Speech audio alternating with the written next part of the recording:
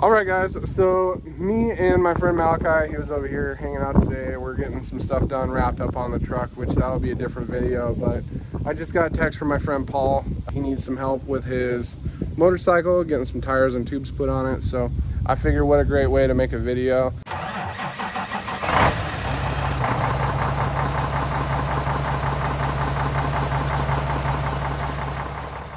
All right, guys, so we're up here at Paul's house. We are going to get some tires mounted up on his Harley because we actually got both of our bikes so we could actually ride together. So, fun story about this bike. The bike is, well, 24 years old. These are actually the original tires on the bike. What's crazy is you can actually see all of the weather cracking in the tires. So with these tires, they have a 3-digit date code. So that's a 139 because it's upside down. So that's the 13th week.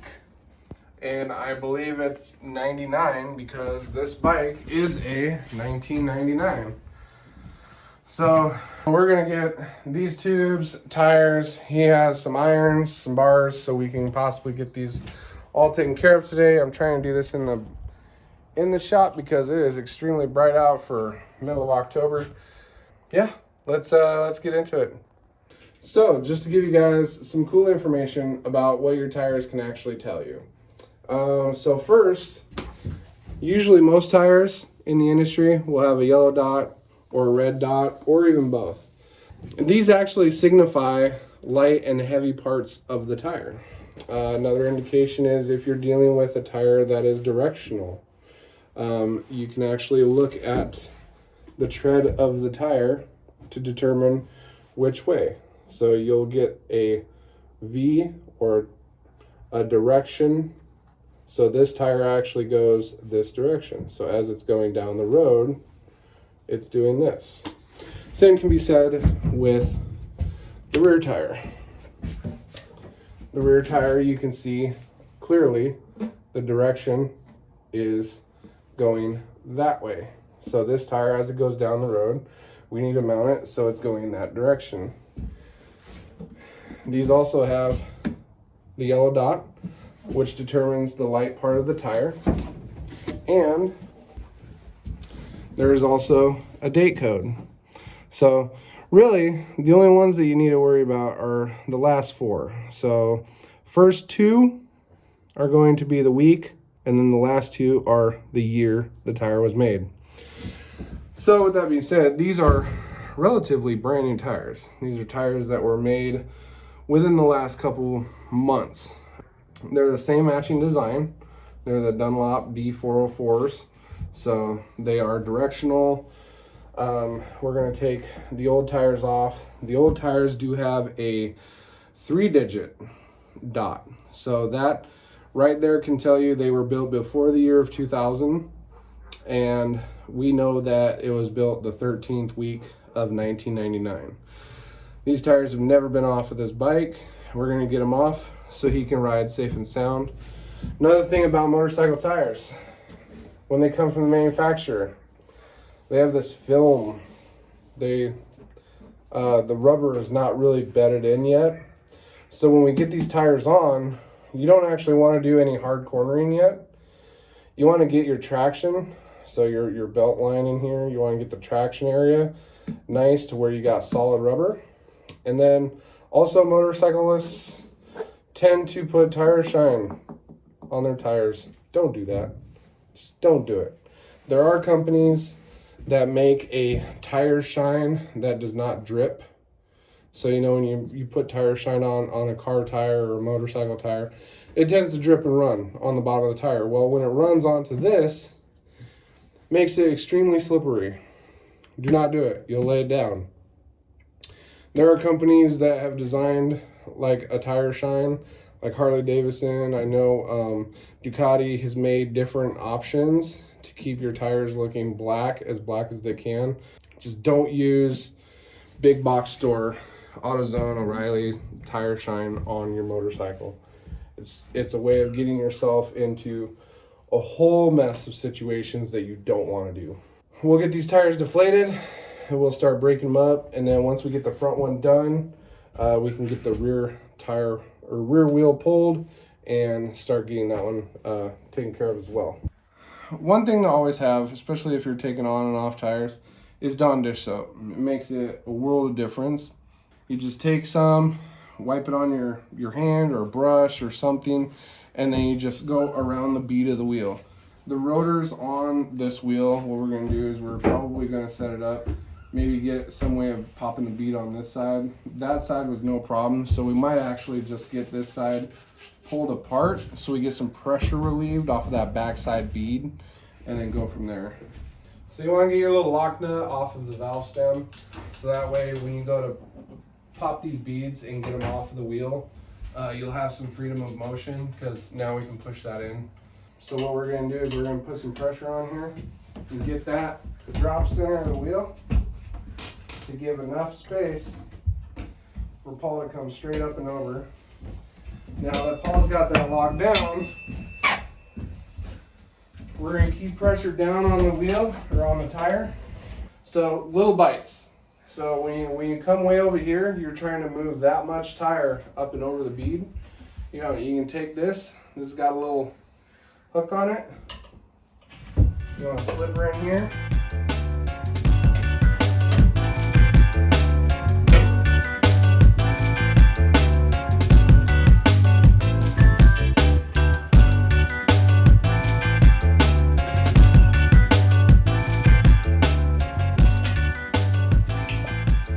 Now the sad part is that tube, there's nothing wrong with it, but it's 24 years old.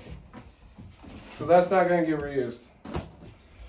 So now that we have that off of the wheel, we can then lay it back down and pull the back side off of it.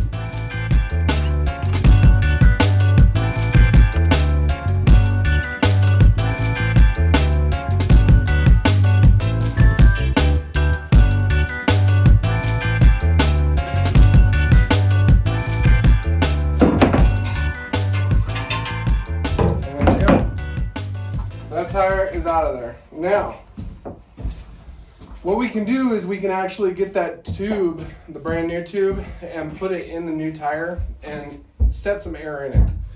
And what that does is it just allows that tube to open up and relax, and then we'll pull the core out of it, let it completely air down, and then get the tire installed. Now, on wire wheels, you will have a band, and I'll actually show you the band real quick. Band is a strip of rubber in here that keeps all of the ends of the spokes from digging into the tube. You want to make sure that there's no damage anywhere. You want to make sure that your spoke anchors are not pushing through any of the rubber, because if it is, unfortunately, the band would need to be replaced. A lot of people, they'll just put some electrical tape or something in here. But spoke anchors do move. They're relatively, that's why you always recommend getting your wheels chewed up, especially if you got wheel or tires off of them, because it makes it super easy. We're not at a motorcycle shop. We're in Paul's shed, so we're gonna get some tubes and tires put on it.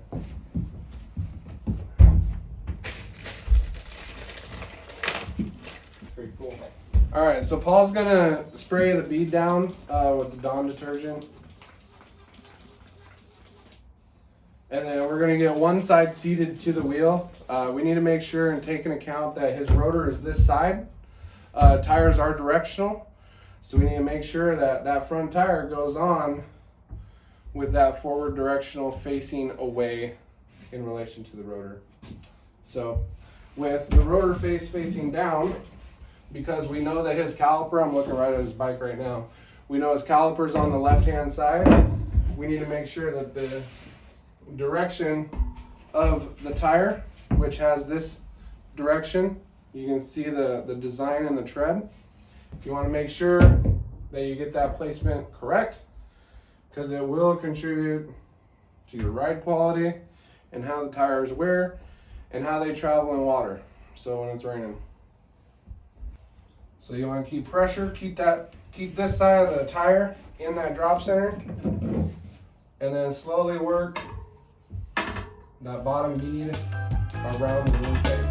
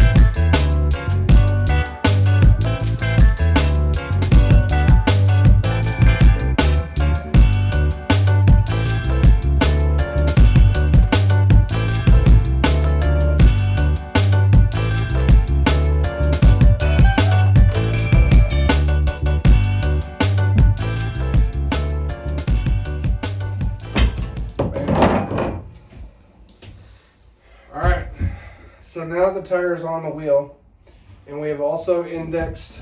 The yellow dot to the stem. We're going to now inflate this, and then we're going to deflate it all the way again. And that way it'll center the tire to the wheel, and it'll allow that tube to relax if there's any twisting or any issues inside the tire.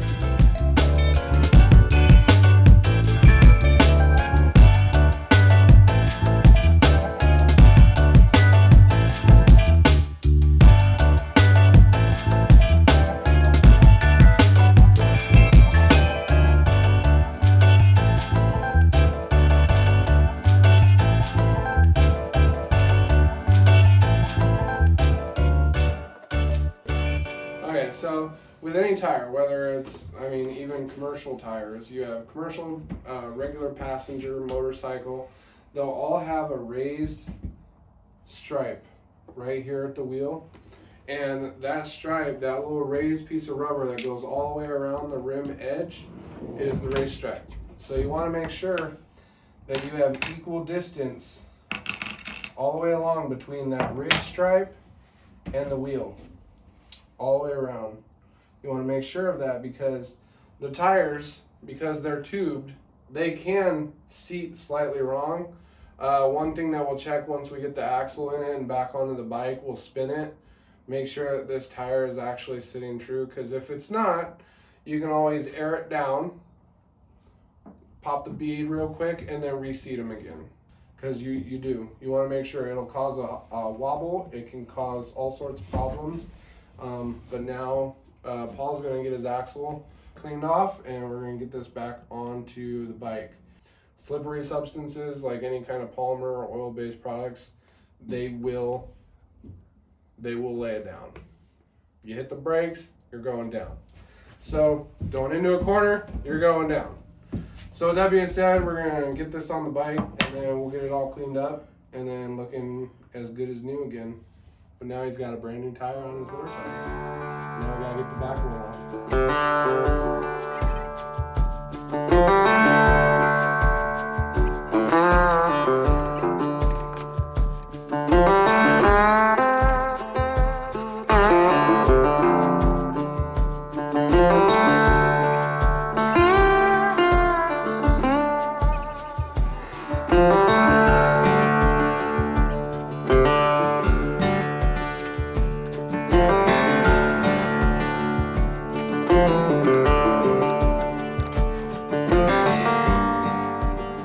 Alright, so now that we got the front tire all done, and now is going to be off to getting this rear tire off. So that's going to be a lot of fun. I might just throw that on a time lapse as well so we can get that busted out, because we got to pull his chrome cover trims. So we got to pull his trims off. This is just a beauty cover. There's an adjuster in there which we'll have to unbolt and remove. It's also a good way, if you have any like paint or chalk, you can always mark your adjusters, make sure that they kind of go back relatively the same place, because the belt, you'll have slack and you can always set it back up the same way, but you don't necessarily need it. You can always just gauge your slack in your belt here, but everybody does it differently. The thing that I'm trying to record here is that you do not need machines. You do not need anything to do this. You just need knowledge and the ability of being able to do it at your house. So we're going to get all this taken off.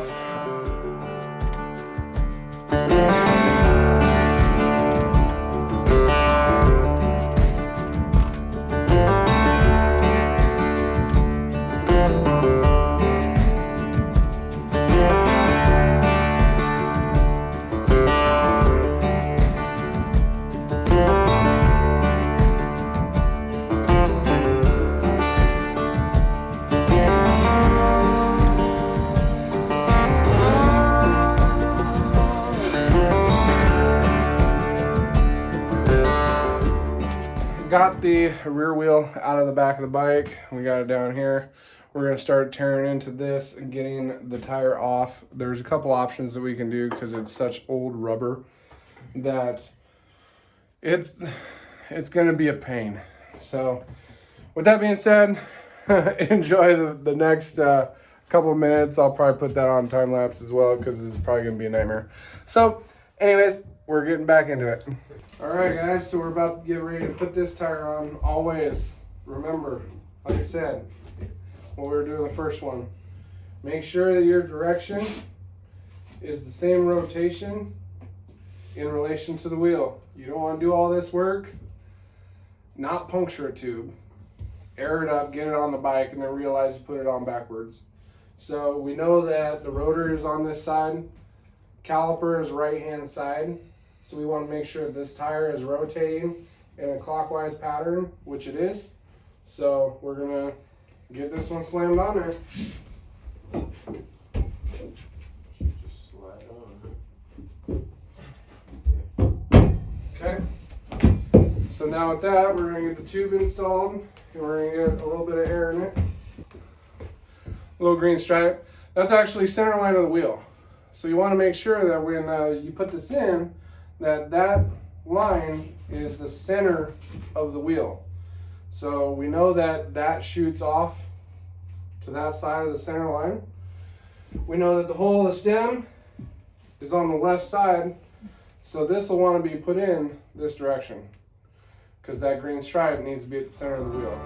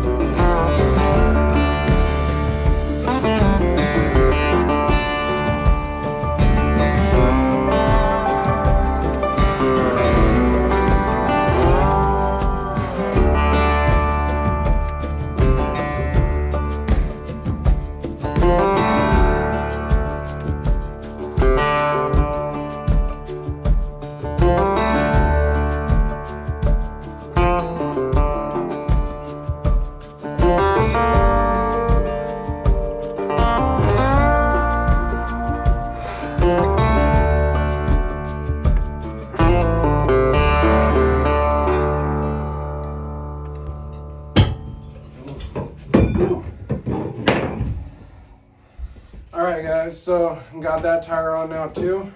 We're going to put some air in it and then we're going to air it back down, make sure that tube is sitting and it's oriented right inside the wheel.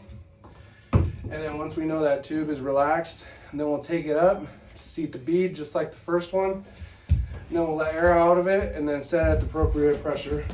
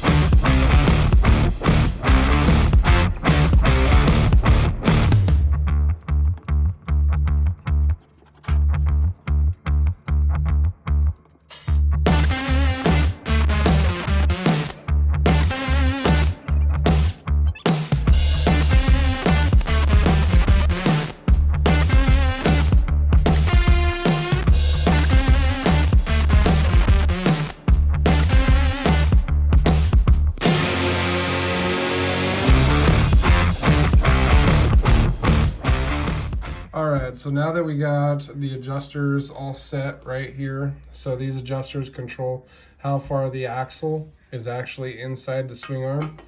So we got preload set on the belt and got everything back to where it roughly feels the same, true both sides up. Got his beauty plates back on, and then we're gonna put the covers back on to hide all this up.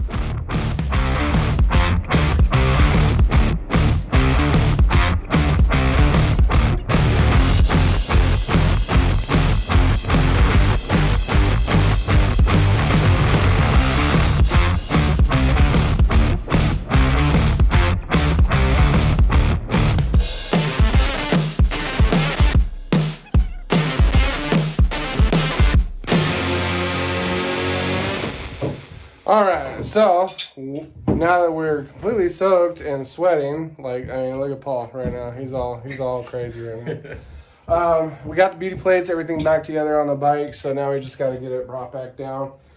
And then just wipe the Dawn off everything and get a nice coat of something on the chrome, because, you know, we live close to the coast, so it's not conducive to keeping them nice, but it'll be something, so.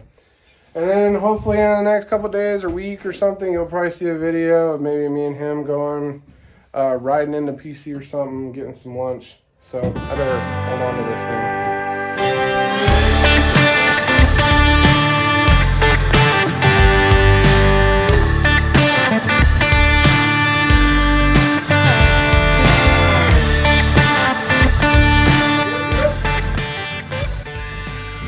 All right, guys. So that's the end of that. Paul's got new tires and tubes on his bike. We are going to head back to my house and get started on trying to finishing up the dash on the Chevy. So that video will be coming out as well. So be prepared. One of the two is going to show up first, but I have no idea when they're going to come out. But we'll keep you tuned in, and when Paul brings his bikes down, we'll go for a ride.